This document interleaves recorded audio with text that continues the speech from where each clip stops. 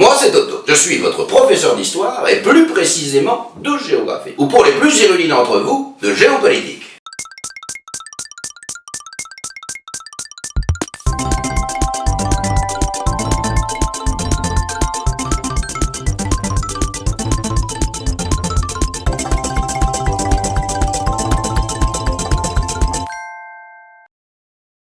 Nous allons évoquer ensemble un pays, son histoire et sa puissance économique. Nous allons découvrir tout ce qu'il caractérise à travers le programme d'un élève qui concourt au certificat d'études. Harvard? Oui, pourquoi pas. Nous sommes là pour comprendre les tenants et les aboutissants d'un pays dans un contexte géopolitique en constante mutation. En d'autres termes, que vous ne soyez plus jamais dépourvu lorsqu'on évoque en votre présence les contrées les plus lointaines. Nous allons choisir un pays au hasard.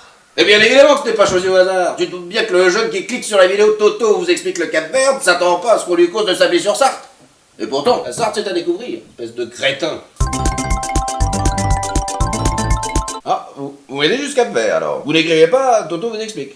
Je trouve ça regrettable, vous ne croyez pas? Moi ça ne fait rien, mais je pense à la petite étudiante qui veut profiter de mes lumières le soir venu. Gilbert, t'es pas d'accord? Vous voyez, Gilbert a du bon sens. Bon, le Cap-Vert, ok, très bien. Mais où sont mes fiches, bordel? Bon alors, c'est où ce truc-là? On a fait une réunion mercredi, non? Il n'y avait pas Cap-Vert dedans. Le Cap-Vert, donc. Le Cap, comme diront certains. En référence, vous l'aurez compris, au plus que célèbre joyau de la côte française, le Cap d'Agde. C'est dans les années 60, grâce notamment à l'érosion immobilière et à la construction de son port, que le Cap d'Agde a commencé doucement à acquérir ses lettres de noblesse. Moi, j'ai rien contre suivre le programme, les gars. Mais faut se méfier. Je ne sais pas quel est l'intelligent qui a choisi le Cap Vert, mais vous allez voir qu'on va faire fuir les gens, c'est obligé. Cap d'Agde, on parle profil historique vite fait, et puis surtout, après, on cause boîte à cul, et on fait venir une petite libertine sur le plateau. Une genre d'établissement qui va nous expliquer sa région, sa ville, ses plages, et surtout ses nuits. Tout le monde se balade à poil, ça vous fait pas rêver? Mais bien sûr que j'ai enseigné, mon petit bonhomme, tu m'as pris pour qui? J'étais professeur des écoles, que tu demandais encore à ta grande sœur de venir te décaloter.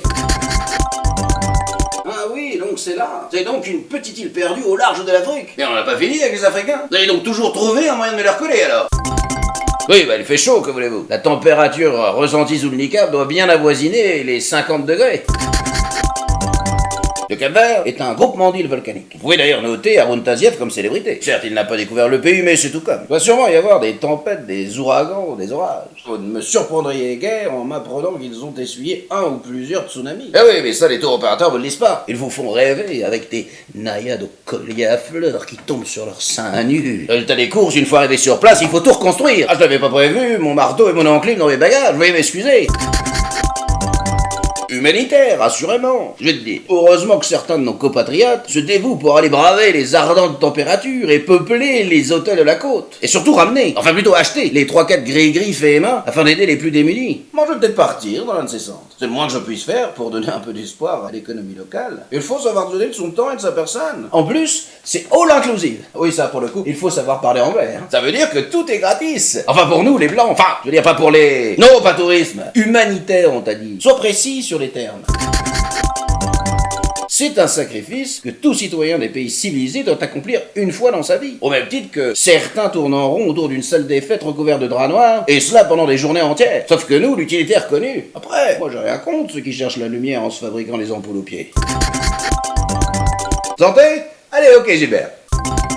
Le rapport de l'OMS est désastreux. T'envoies un mec de la répression des fraudes là-dedans, il fait un burn-out. Rien d'étonnant. Là-bas, les cafards, ils se cachent dans le tiroir. Comme chez nous, mais pas pour les mêmes raisons. Parce que s'ils les trouvent, ils les bouffent. Vas-y, toi, demandez au gamin qui pique-nique sur la plage de te présenter l'assiette témoin. Il va te dire, j'ai rien vu, j'ai rien entendu. Ah, je ne jette pas la pierre au petit. Plus sa mère a déjà dû en recevoir assez. En savoir donner, sans rien attendre en retour. Oh yeah, ni échange, ni grand amour. Même pas l'espoir d'être aimé. Et all inclusive, t'as le bar ouvert toute la journée. T'as un petit bracelet là, comme ça, et puis tu te rinces jusqu'à plus soif, en pensant aux petits Nicaraguayens. Hey, Cap-Verdien, oui. Rien que pour le geste, sans vouloir le reste, et apprendre la vie, et s'en aller. Oh yeah. Ah oui, le gars est parti en Patagonie, mais c'était pour aider. Bon, déjà, tout ce qu'il a apporté à la France, faut se lever tôt pour arriver à son niveau. Le mec est un poète, au-delà de l'artiste. Les Patagoniens ont vraiment la chance de le voir respirer leurs fleurs. Vas-y, toi, tape sur les internets statue Patagonie, et tu vas voir si tu vas pas tomber sur Pani. politique, une politique de répression assurément. Encore que, à l'image de Mme Merkel pour les Allemands, leur chef, leur présidente, a su donner une image proche du peuple. Merkel, elle est comme son peuple, la droiture, impeccable, bien repassée, bien repeignée, jamais rien qui dépasse. Pas austère, non, mais une rigidité assumée qui a séduit son électorat. Moi j'aime bien. Et bah bon, d'un côté, c'est Affida Turner, hein.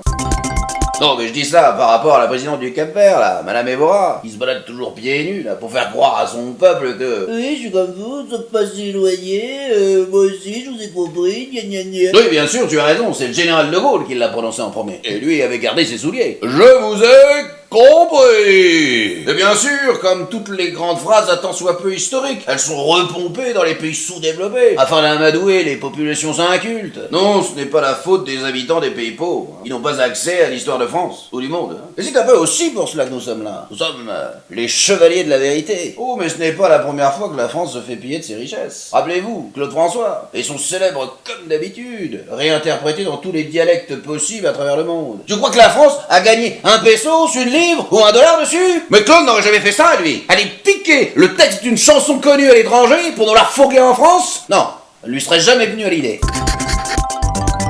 Pour finir sur une bonne note, voilà, je vais vous interpréter une version ressucée des Capverdiens sur ce qu'est, et restera toujours, l'immense chef-d'œuvre de la chanson française, comme d'habitude. Que mostro bes camino longue, que mostro bes camino so longue, es camino so pao tombe. Saudade, saudade, oh saudade.